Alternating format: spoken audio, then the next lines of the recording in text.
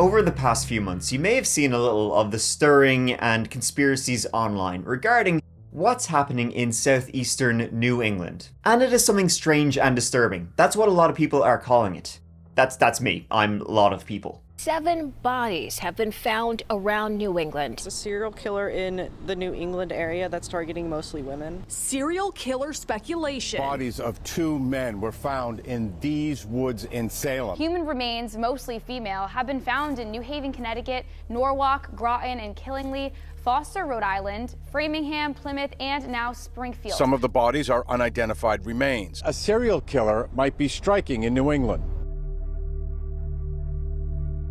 Hey you, and welcome. My name is Mike, and here is something you've probably heard. There's a serial killer standing right behind you, which is technically possible if you're in a public area, but it's highly unlikely. But what is big in the news, horror, true crime circles lately, is the idea of an active serial killer right now in southeastern New England, from Norwalk in Connecticut to Framingham in Massachusetts. Be there? Who knows? But what we do know is that, regardless of there being an actual serial killer or no, we're gonna get into it all, there have been a startling, prepare to be startled folks, number of bodies, and I'm talking over 12 in 2 months. Are you startled yet? That is a lot of bodies to find in such a short space of time, from March 2025 till now, till late May 2025. It's a lot of death in this comparatively tight region. I mean, New England as a whole is huge, but this is just in one particular corridor of that region, and it's a lot of unsolved. So with a lack of answers, people are deducing their own as to who or what is responsible. According to the book Extreme Killing, written by 2 professors at Northeastern University, at any one time in the United States, there are approximately 50 active serial killers. Now, back in the 70s, that was almost 300, so ding ding. But I mean, 50? It's not great. It's not a great number. I mean, it's 1 for every state. So in this whole video, let's take a look at the possible Nesk New England serial killer. Does he even exist? Or she? Because, get this, is Taylor Swift a serial killer? Most definitely, allegedly. And we'll also take a look at the whole internet rumors, conspiracies, the whole thing. So let's give it a go.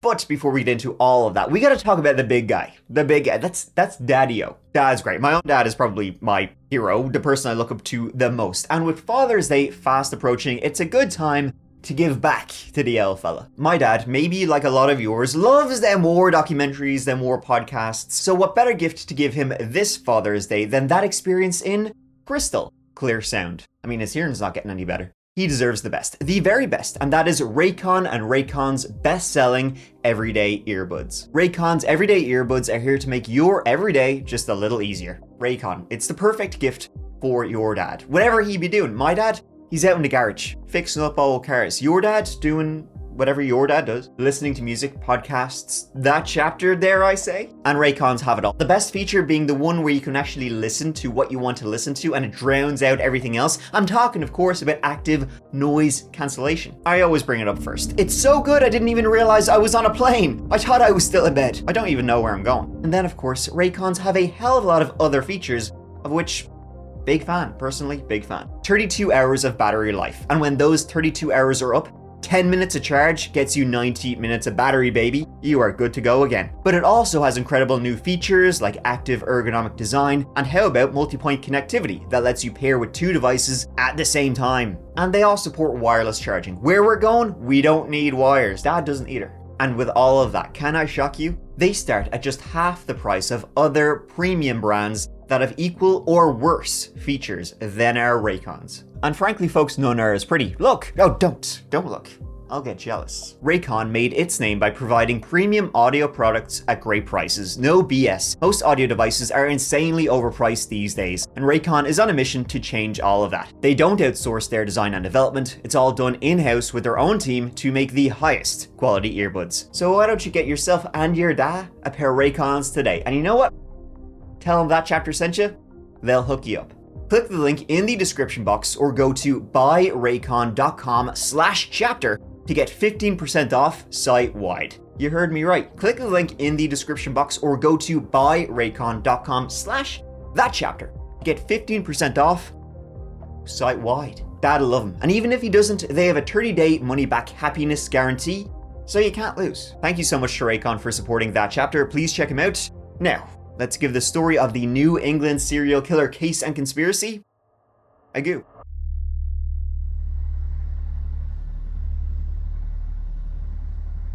So to give you a sense of what's happening in New England right now, I want to go through each body found first, how it all began. And when it began was, depending on who you were attributing to the serial killer, it all began on March 6th, 2025. Norwalk sits in western Connecticut, and it was there that the body of 35-year-old Paige Fannon was found.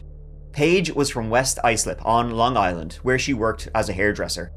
Her body was found while police were conducting a search for a missing person. Her clothing was found along the banks of the river. While drones were scanning the heavily swelled Norwalk, she was spotted floating in the water. So far, it is inconclusive as to what caused her death. But it was that very same day, if you can believe it, March 6th, 2025, that about 180 miles away in Plymouth, Massachusetts, a second horrifying discovery was made. A person was just out in the woods looking for shedded deer antlers. As I said, this is Plymouth, Massachusetts, where then pilgrims parked up and said, "We live here now." This was in an area off South Street and Route 3, Pilgrim's Highway. In those woods, bordered to the south by the highway, the east South Street, and everywhere else by affluent homes, a skull was found. The skull was missing its jaw and appeared to have been there for some time. Beyond that, though, no further information has been released. A little less than 2 weeks later, back in Connecticut, another body was found. Parts of a body. March 19th, this time in Groton, at the Colonel Ledyard Cemetery, right? The graveyard. Another, this story is just chock full of these incredibly disturbing discoveries. Right outside the graveyard, just to the entrance to it, a suitcase was spotted. A passerby had been seen it there for a little bit of time at this point. He had noticed it more than once for going on for about a week. And a smell. Bad smell was coming from this suitcase parked in the creepiest area possible. The smell was so gnarly that the local cops were called, check it out. And that's when they opened up the suitcase, and inside, a human torso had been stuffed into this suitcase just laying outside the cemetery. And this is the Colonel Ledyard Cemetery, and we are told that those remains were found adjacent to this Mitchell Street graveyard. Now here's what we know so far. The City of Groton Police said that they received a 911 call Wednesday for a report of a suspicious item. When police searched the area, they discovered the human remains. There is no word on how long the remains are believed to have been there, or if this appears to be a recent death. Just the torso. The victim was later identified as Suzanne Wormser, and the rest of her has yet to be found. Then it was the very next day, March 20th, and the next city due west from Groton, New Haven, another discovery was made. The body of 59-year-old Denise Leary was found. Denise had been missing since the previous September, and as while clearing some brush behind a residential area north of the city, that was when her remains were discovered. She was in an advanced state of decay, and she appeared to have been there for some time. Then, a little less than a week later, March 26th, Foster, Rhode Island. Another body was found. A driver driving along the highway pulled over for some reason and made a discovery, just stumbled across remains. Something that would later be identified as a woman's remains. She was soon identified as 56-year-old Michelle Romano of Warwick, about 30 miles from where she was found. She too had been missing since the previous August. The cause of her death remains unknown, but it's deemed suspicious. So you can imagine, right at this point, that even the news sites started to report on the strangeness of so many bodies being found in such quick succession. An unusually high number. That's five bodies found in three-ish weeks? And not only that, there had been whispers and rumors of strange and disturbing men being spotted in this corridor. of southeastern New England, people being followed, reports of missing people, suspicious people, all in this like same geographic area. Police were saying, of course, as you can imagine, don't be so quick to jump to conclusions. But I mean, it was getting hard to just view all of this as a coincidence. I mean, here's a map, right, of like the area of southeastern New England. I drew this myself. Thanks. And so the first body was found here in Norwalk, the second body here in Plymouth, the third body here in Groton, then New Haven, then Foster. All in this like one stretch of road. It's almost like it's following the Amtrak, going down from Boston to New York. It was a lot in just 3 weeks, and these are only the bodies that were found. Stephen Gush was a hiker who frequented the trails around Groton. He went out for a hike on the trails between Groton and Mystic March 29th, wearing a yellow jacket, blue shirt, light blue jeans, and brown boots. Since his disappearance, his car has been found, his phone has been found, but Stephen, he has never been seen since.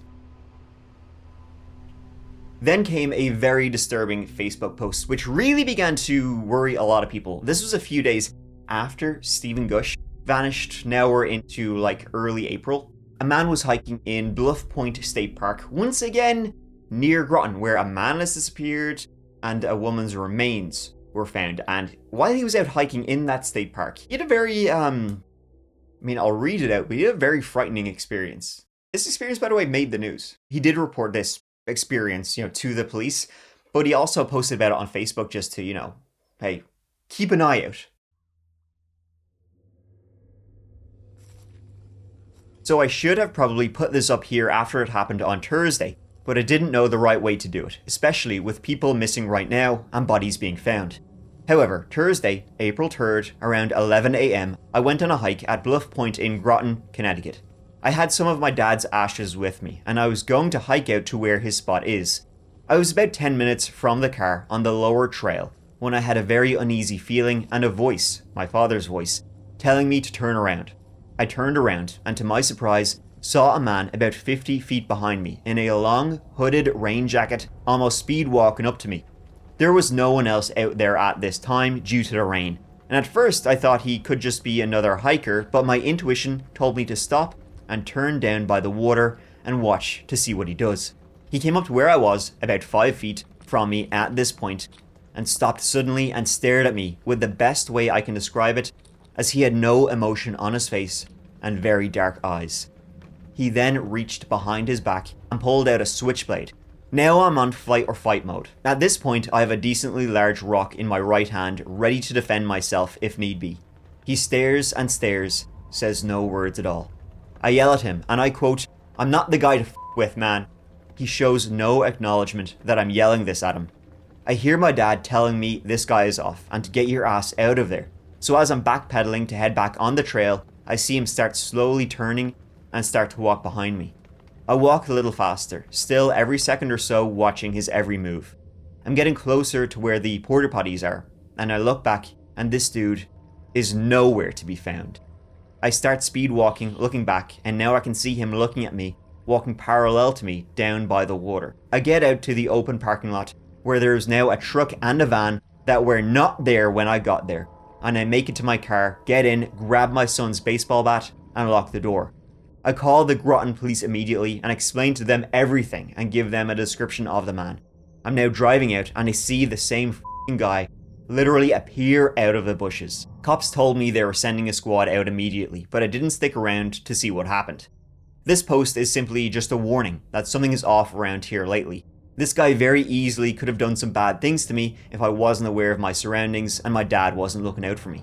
Description was, white male, mid-40s, low 50s, about 180 pounds or so, long dark rain jacket with hood and a pop-out switchblade, grey stubble beard and greyish short hair, dark eyes.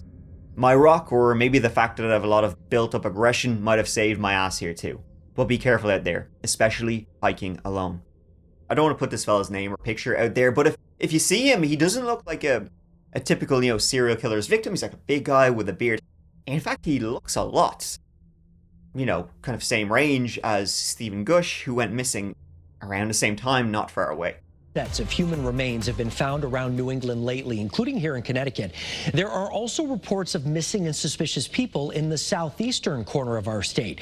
Some speculate it's all connected, but police say don't jump to conclusions just yet. 38-year-old Stephen Gush has been missing since March 29th. Town of Groton police and state police have spent countless hours searching. We've conducted exhaustive searches, our own drone unit here. We've had detectives and officers out on foot. Meanwhile, Groton City Police are investigating human remains found at this cemetery on Mitchell Street March 19th. Remains were also recently found in New Haven and Foster, Rhode Island. There is also concern about a suspicious man at Bluff Point State Park. A man online says he was followed on the trails. And after this man's disturbing experience while out alone in the woods, when people are going missing and when bodies are being found, the horrors would only continue.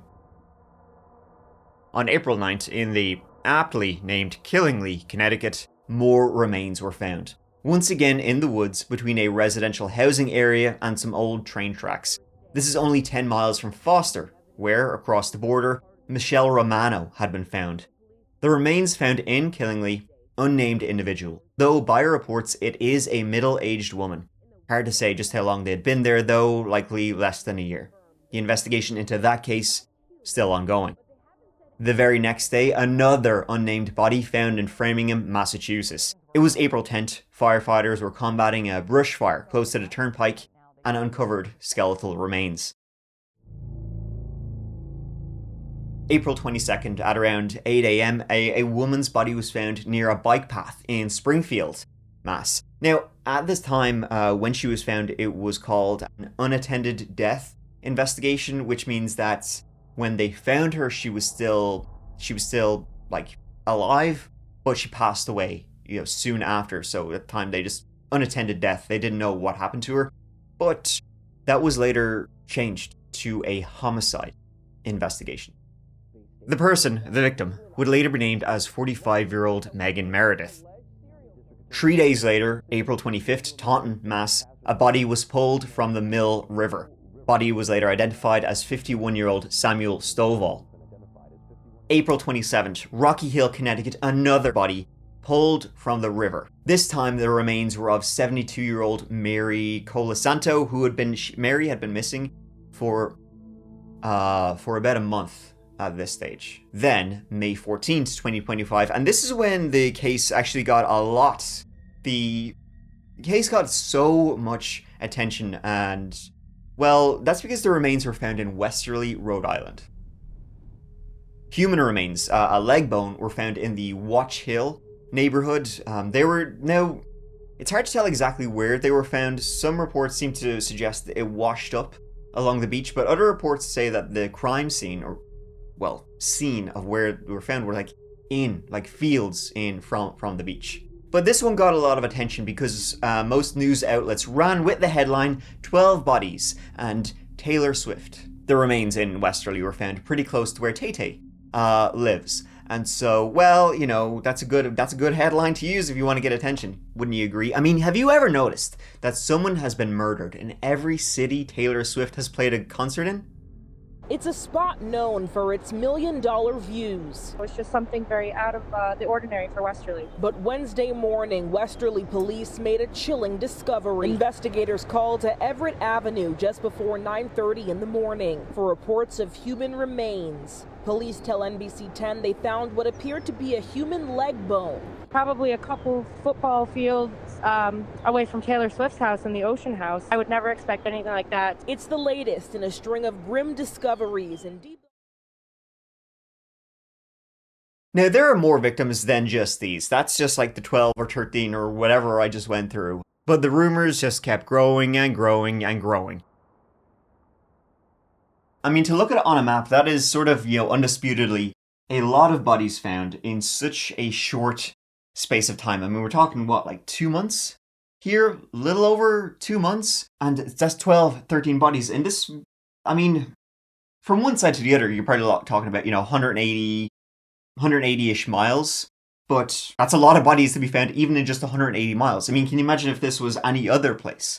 That's so many dead bodies to be found. So speculation at this point became just untethered. They started including more and more people into this. Now, I'm just trying to stick with the ones who were kind of deemed most suspicious, But soon people started including the dog in the list of, serial killer, New England serial killer victims. And serial killer became the word on everybody's mind, and it still is. And while authorities were quick to suggest this was not the work of one person, they don't believe that the cases are linked.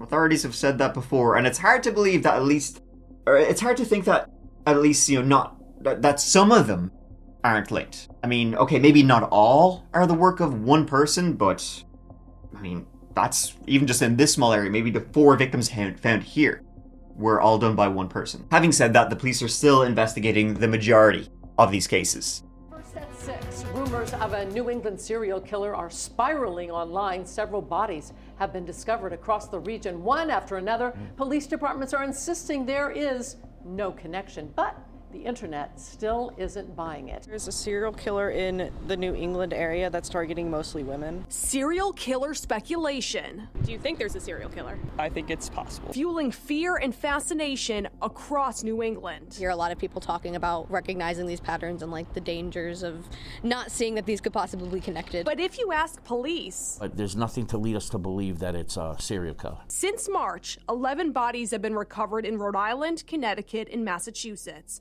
All departments have denied connections between the cases, but that hasn't quieted the internet theories, particularly on this Facebook group. With over 68,000 followers, internet sleuths detail each death and map out any potential connections. So first off, let me put on my captain's hat and say, I don't think there's a serial killer here. As you can probably tell, some of the victims we've gone through, attributed maybe to the NESK, they're a little different from each other. They don't really match a serial killer's MO. Serial killers will usually target the same type of person. Female, homeless, sex worker, age range, blondes, whatever. We have all sorts of victims in all sorts of situations here. Some of these human remains were found, parts of human remains were found out in the woods, and they'd likely been there for maybe a year, maybe more. Other times bodies were pulled from, at least 3 of the bodies were people pulled from the river. Other times the police never really said what happened. The woman Megan Meredith in Springfield, she was attacked and killed right before the police found her. All very different sorts of situations. And the geographic area, although it is sort of small, it's also very big for a serial killer. Now, some serial killers did do a lot of traveling. Ted Bundy, Israel Keys, they traveled America, murdering and killing, but usually a serial killer will stick to one area, one city, whatever. And in fact, some of the cases I went through that are getting lumped in with the New England serial killer have been deemed as not suspicious by the police, or in fact, have been solved, and they have somebody behind bars. Or they did have somebody behind bars. Suzanne Wormser. Her torso was found in the suitcase outside of the graveyard in Groton, right? We're learning more about the grisly discovery of human remains found in the city of Groton last month, and about the person police believe is responsible. Her roommate has already been arrested for her murder. He came out, licking his chops, happy as a pig in shite to confess to killing her. 68-year-old Donald Koffel was arrested and charged with her murder. I know, right? Doesn't look like he had it in him. What kind of likeness is that? Donald and Suzanne, they lived together, and allegedly, she stole about 200 bucks worth of crack from him, and so he killed her for it. He allegedly beat her to death with a baseball bat, kept her body in the apartment for about 10 days before dismembering her. Her torso he placed in a suitcase and left at the graveyard, a move one person on Reddit referred to as not super cool. Not super cool indeed. The rest of her he placed in trash bags, which were presumably taken to the dump and have never been found. So yeah, definitely not chill, but there's a suspect arrested and charged with that case. Samuel Stovall, his body was pulled from the river. Samuel was a homeless fellow who lived in the area, and his death has been deemed as not suspicious. Homeless and registered sex offender who was arrested and charged in 2001 with the rape and abuse of a child. I'm gonna go out on a limb and say, yeah, once again, not super cool. Same with Mary Colasanto. She likely fell into the river. Michelle Romano's family have come out publicly and said she was not killed by a serial killer. A number of remains were out in the woods for so long that the cause of death has been undetermined, and in some cases, like in Denise Leary, the cause of death is still undetermined, but it's not deemed to be Foul play. And although the bodies were found in, chalk, quick succession, right, a startling number, over a dozen bodies found in like 2 months, the murders weren't all committed in 2 months. As I said, some of these human remains were out there for months and years. People do go missing, are found under unusual circumstances all the time. The fact that so many are happening in quick succession is strange, but there's no evidence they are linked together in any way. Geographically, this is still over 200 miles across. No method for killing has been established as a pattern. No victim type either. We have men and women, young and old. Some of these people we know ran away, others likely misadventure. But isn't it, the believers would say, isn't it just more interesting to think that there's a killer behind all of this? Everybody's obsessed with true crime these days and seeing links where there are none. As next to me saying your dog goes missing, your cat goes missing. It was the serial killer at it again. Like this one map I came across on one of the many Facebook groups dedicated to this case, or this topic, cases, where they are attributing quite a lot of suspicious deaths and disappearances to the New England serial killer. You could call it a conspiracy theory, but I too like to think one person is responsible for all my problems, and I look forward to meeting them. And I will. In fact, in some of these Facebook groups, there are a couple of things going on that seem highly fucked up. The admin of one group posting this, right? Because the rumors and the speculation online about the Nesk, it's getting a little bit out of hand. New England serial killer messaging me saying he's the serial killer. It's most likely a sick joke, but this wouldn't be the first time a serial killer has reached out to authorities and people in the media because they love a cat and mouse game. I don't think your Facebook group counts as the media. Or here's another post. I'm looking for a group of people that want to remote view and find the serial killer. I need at least one person, up to 10. Low-key made an anonymous comment, but the serial killer is more than one person. It's giving married couple, woman and husband. Look at the locations, bro. Someone got married before all these murders happen, and people keep trying to write conspiracy, saying the couple acts completely different. Nobody even knows who this couple is, but supposedly they're in charge of these murders. With keen insights like this, well, that's me convinced. Another job well done. Some are even publicly naming people they used to work with as the serial killer. Or, is the serial killer in the room with us right now? Teehee. Now I know what some of you people are saying. Mike, don't make fun of these people. Maybe they're right. Well, if you believe that, you're wrong too. Another separate Facebook group has even had people online, anonymous users, posting to these New England serial killer Facebook groups, posting, confessing to being the serial. You have people online confess, dang dirty trolls, writing poems saying they are the serial killer. One person, right, posted anonymously this. Beneath the ruin, beneath your feet, beneath the threshold where stone gives way to salt and memory, you've all been there, every last one of you. Walking, running, smiling, posing. There's a reason your shoes felt heavier. Let the ground keep its peace. It says nothing, but holds everything. 6 vertical shells beneath the sand, fixed in place, heads tilted toward the tide. They were loud once. Now the ocean does the speaking. That's part of a poem that was submitted to one of these New England serial killer Facebook groups, allegedly confessing to murdering 6 people. Even in the comments, directly saying, let's get this part out of the way. I'm dying. Not tomorrow, maybe not this week, but soon. It's not a guess, it's a certainty. The doctors told me, and for once, I believe them. And no, I'm not here for forgiveness. This isn't a confession, it's a record. There are 6 of them. Young men, gone, buried the way I wanted. Vertical, aligned, facing the ocean. Not thrown away, not hidden. Placed, chosen. Most of you have already walked over them. That's not a metaphor. You literally have. Holy moly, I hope whoever wrote this is a better killer than writer, because this sucks balls. Now, it's some very poorly written fan fiction of someone who wants people to believe that they are the serial killer currently active in New England. And the victims that they were writing about in that poem, it's actually more than like victims who have never been found, and they're not 6 of the ones I went through. It's pretty comical how big of an edgelord you'd have to be to write this. It's almost like it's almost like you're doing a bit. But it's like, damn, you're a loser. But I mean, it was obvious this wasn't real, so you do you. Go off, queen. But this was obviously highly disturbing to a lot of people, not to mention, people who would be related to the actual victims.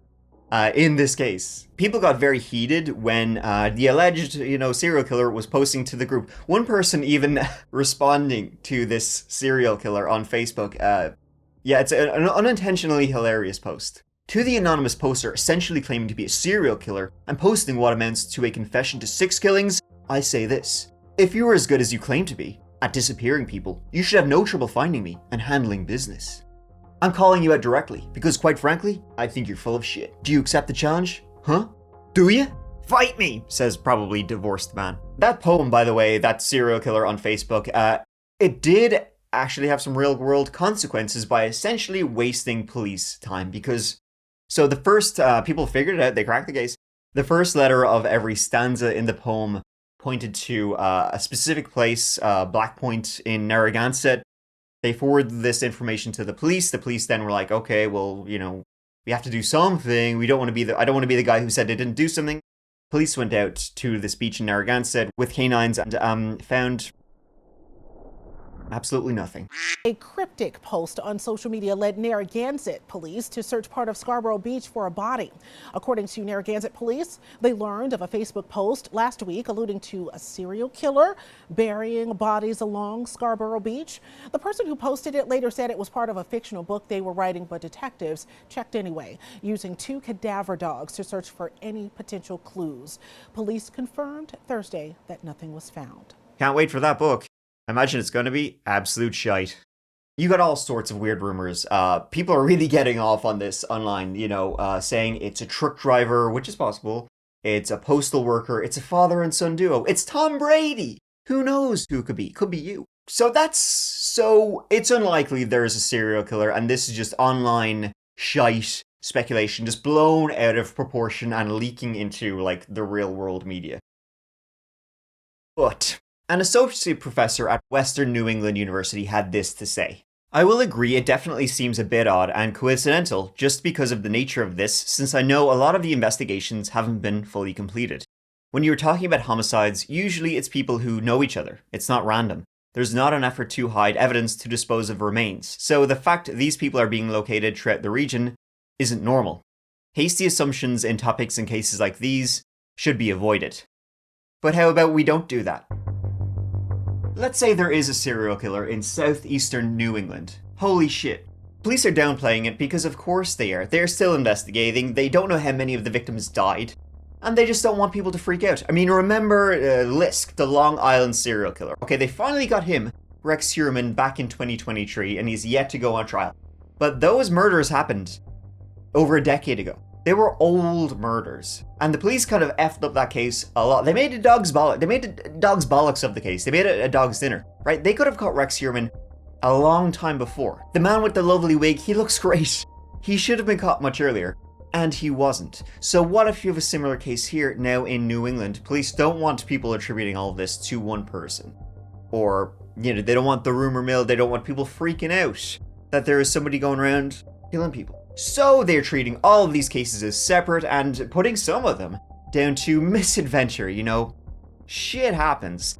No serial killer here, folks, nothing to see here. They are blaming all sorts because they do not want to face the facts. A number of the victims did suffer from mental health illnesses, as has been reported in the news media. It's believed Paige Fannon did, as did Denise Leary. So when that kind of gets lumped in there, well, you're thinking, okay, these people, maybe they did something to themselves or something just happened to them. But people with mental health illnesses still get murdered. In fact, statistically, people who suffer from mental health illnesses are more likely to be murdered. And, big dog, remember how I said the murder of Suzanne Wormser, it's been solved, right? Donald Koffel, he confessed to it. He said he beat her to death with a baseball bat, chopped her up, dumped her remains, dumped her torso in a suitcase, left her outside the graveyard. Well, Donald isn't going to be serving much time. Not in this life, because he is dead. He was suffering from pancreatic cancer and was basically hospitalized as soon as he killed her. Before the police caught up with him, police were interviewing him in hospital. And just recently, he passed away from the cancer he was dying from. That was May 9th, which kind of is just adding more fuel to the fire of there being some kind of cover-up and conspiracy here, because people who have are suffering from pancreatic cancer, moving around is extremely hard. It's extremely painful, and you can even see pictures of him. He looks like he's, halfway out the door already.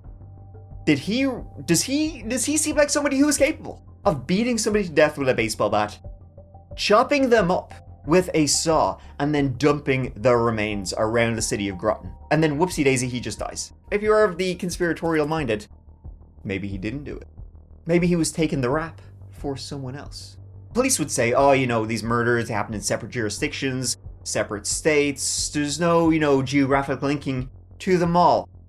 So therefore they're likely not connected. But I mean, I'm not sure if serial killers really give much of a shit about jurisdictions and borders and arbitrary lines on maps. I don't think serial killers care, much like animals and wolves don't care about the lines on a map. New England as a region, very, very big, goes way up that way and way up that way, but this region, pretty small for all of these murders to have happened. Murders, some of them were murders at least. We can agree on that. So these cases occurred in Massachusetts, Rhode Island, Connecticut, across 3 different states. But if you moved each of these cases about 2,000 miles due that way, but keeping them the same distance apart from each other. If I'm losing you at this point, stay with me because that's what the killer wants. If somebody said to you in about 2 months they have found 12 plus bodies in Idaho, all in this region of Idaho, wow, that's a lot of bodies in one state. You know what I mean? Like if you could move this geographically somewhere else, where it's in one place, not multiple, you'd probably be saying, well, there's a serial killer there for sure. I'm gonna say it, folks, shit's wild. Perhaps this killer, who maybe doesn't exist, has been active for a while, maybe over a year. Maybe they had, one of them cooling off periods before they were ready to strike again. So if we're discounting the people, say, found in water, because that's sort of a different MO, what about the people who, only remains were found? What if it's one serial killer driving these highways because bodies were found on both sides of the highway, killing people, chopping them up, and then dumping their remains around the place? Maybe that's why a skull was found in Plymouth near affluent housing, because that's going to get news attention. And the serial killer, they just want attention. That's why remains were found near Taylor Swift's house, because they knew that would get news media and attention to their serial killer. Maybe they were attacking Megan Meredith in Springfield in the morning, and they were interrupted before they could, kill her. What I will say, to be somewhat lucid, and I'll take off my hat now, is that I don't think all of the victims were done by one person. I simply don't. I don't think the people found in the water were victims of a serial killer. But I do think that it's highly likely at least some of them are linked. Perhaps there's one serial killer who maybe killed 5 of the 12. Perhaps there's multiple serial killers who killed multiple people. This is an ongoing case with so many theories, so much bullshit, so much misinformation. I mean, I guess the lesson is you shouldn't believe everything you read or hear online, no matter how insanely convincing it appears. But that doesn't, the fact remains that a lot of people have been murdered.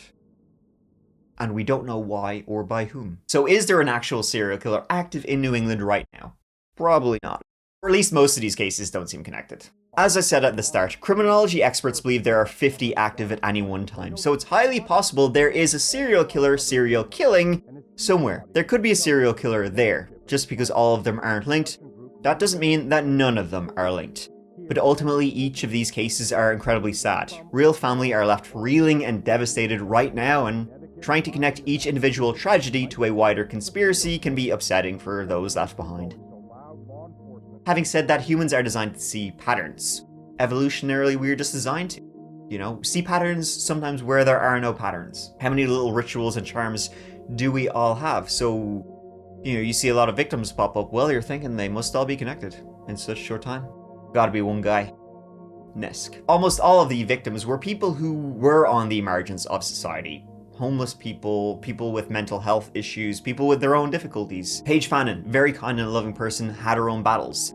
Suzanne Wormser, she was involved with drugs. Denise Leary, she also had her own mental health issues. She had locked herself in her bedroom for a couple of days and escaped out the bedroom window. They didn't even know Denise Leary was missing until they finally, broke down the door. The unnamed remains found in Framingham, Mass, they were near a homeless encampment. Samuel Stovall, he was homeless and he likely slipped into the river. People with mental health illnesses are more likely to be victims of homicide, but they are also more likely to be victims of misadventure. The rumors, the online posts, the speculation, and conspiracy, it's just that. And some people who, ingest a lot of true crime and TV shows, CSI, NCIS, Some of these people who do that, they do start to think to themselves, why yes, I am a behavioral psychologist actually. I mean, I make these horror true crime videos, I'd be a shite detective. This is very similar to the Lady Bird Lake case I covered about a year ago, which we still don't know, is that accidental or is somebody pushing people? By the way, bodies are still popping up in Lady Bird Lake in Austin, so